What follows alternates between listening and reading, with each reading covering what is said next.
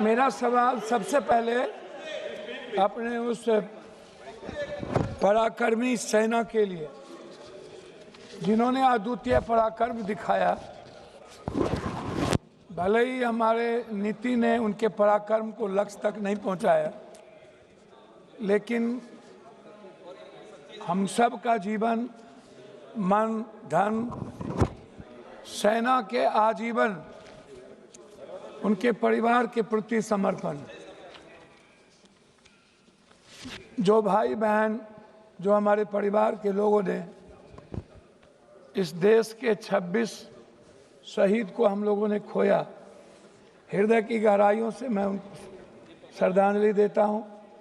साथ साथ कश्मीर के उन अवाम को जिन्होंने आज़ाद हिंदुस्तान में हमेशा शहादत दी है हर मोर्चे पे, मैं उस परिवार को, उस पिट्ठू भाइयों को, उस घोड़े वाले को, सभी अवाम को जिन्होंने पूरे देश के उस पहलगाम में हमारे बच्चे भाइयों की हिफाजत की, उसको दिल की गहराइयों से पूरे सदन और देश हम सब उनके प्रति कृतज्ञ हैं। जनाब, पुलवामा क्यों? पुलवामा के बाद 18 23 घटना।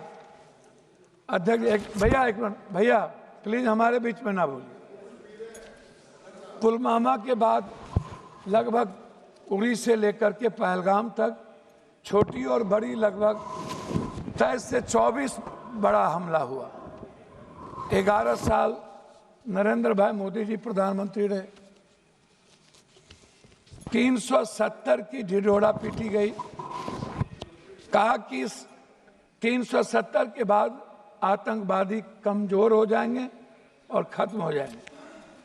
370 के बाद आतंकवादी हमला बढ़े, हमारे सैनिक जवान की शहादत हुई और हमारे भारत के स्वाभिमान और सम्मान पर ठेस पहुंचा। मेरा सवाल सरकार से है कि 3 क्विंटल बारूद पुलवामा में जो आए और पुलवामा के घटना के बाद आप एक नया चुनाव लड़ लिए, कम से कम भगवान का तो राजनीतिकरण होता ही है। इस देश की जब आप राष्ट्रवाद की बात करते हैं तो आपको मानवतावाद को पहले बात करना पड़ेगा। हमारे डिफेंस मिनिस्टर संगच्छध्वम संबद्धध्वम समवो मनांसि जानताम देवा भाग्यम यथा पूर्वे संजानना उपासते समानी वयाकुति समाना हृदया निभा समानो मस्तो नमा यथा वह सुशासन। एक लाइन बोले और लाइन वो भूल गए। और इसी में है भारत की पूरी संस्कृति, पूरी सनातन, पूरी वसुधैव कुटुंब, पूरा सर्वधर्म संभाव और सार्वभौमिकता। इससे हमारा भारत पूरी दुनिया में गौरवान्वित होता है। लेकिन कभी भी हम नेता और हम पार्टी के लोग किसी भी छोटी बड़ी घटना का राजनीतिकरण करते हैं। मुझे दुख इस बात का है कि हम संविधान के सॉवरन की बात नहीं कर पाते।